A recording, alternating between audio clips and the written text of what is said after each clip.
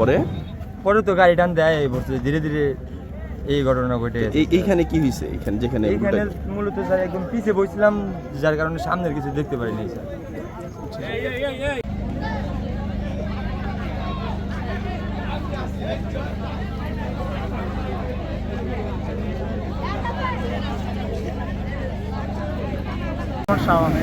জি, আব্দুর রহমান শাহন।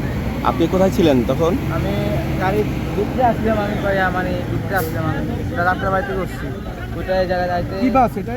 এটা হইলো আপনার বাসের নামটা আমি স্যার বলতে পারি না। আমার আপনার নাম কি? আপনার নাম? আমার নাম আব্দুর রহমান শাহন। বাবার নাম? বাবার নাম কামাল উদ্দিন বাবু। আপনার বাড়ি কোথায়? বাড়ি নোয়াখালী। আপনি গাড়িতে উঠছিলেন কোত্থেকে? যাত্রা বাড়ি থেকে।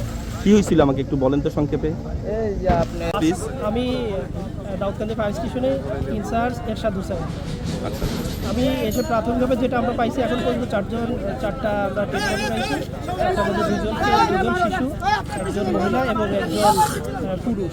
তা একজনকে আমরা যে মোটরসাইকেলের যাত্রী হিসেবে আমরা মনে করছি, কারণ ওই মোটরসাইকেলের ওইখানে মোটরসাইকেল উঠেছিল। আর তিনজনকে প্রাথমিকভাবে আমরা এখন পর্যন্ত যাত্রী হিসেবে আমরা করতেছি। ভিতরে দুজনকে আমরা এখানে রেস্কিউ করছি, আর একটা শিশুকে আমাদের এইখান থেকে আগেই পূর্বেই একটা শিশুকে রেস্কিউ করছি। এই আপাতত চারজনকেই আমরা এখান থেকে পাইছি। তাহলে চারজনের মধ্যে একজন মোটরসাইকেল আরোহী, একজন মোটরসাইকেল আরোহী, আর প্রাথমিকভাবে তিনজন যাত্রী।